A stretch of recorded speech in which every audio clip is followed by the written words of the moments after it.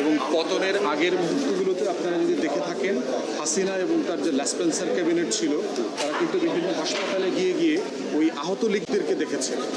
অতএব সেই জায়গা থেকে আমাদের জেনুইন যোদ্ধা আহত হয়েছেন এই বিপ্লবের পক্ষে, তাদেরকে আলাদা করতে হবে।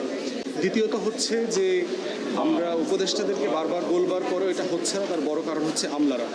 বাংলাদেশে যে সরকারি কর্মকর্তা কর্মচারী যে আমলা গোষ্ঠীটা আছে, এই গোষ্ঠীটা হচ্ছে আওয়ামী ফ্যাসিবাদের দালাল এবং তারা গত 16 বছর ধরে এই ফ্যাসিবাদী শাসন ব্যবস্থার বেনিফিশিয়ারি।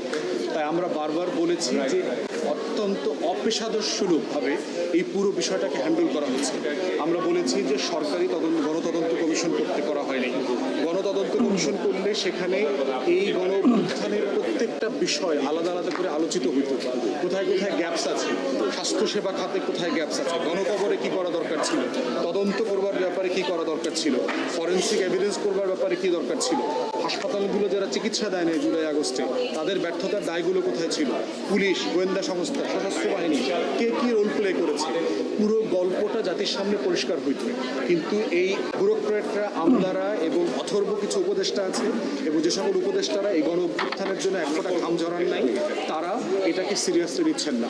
এই জন্য যেটা আমরা দেখলাম যে স্বাস্থ্য মন্ত্রণালয়ের অধীনে একটা উপকমিটি করে দিয়েছে ছাত্রদেরকে দিয়ে কতজন ভাই বোন শহীদ হয়েছেন তাদের তালিকা করবার জন্য, অ্যাজ ইফ খুবই একটা দায়সারা গোছের কাজ।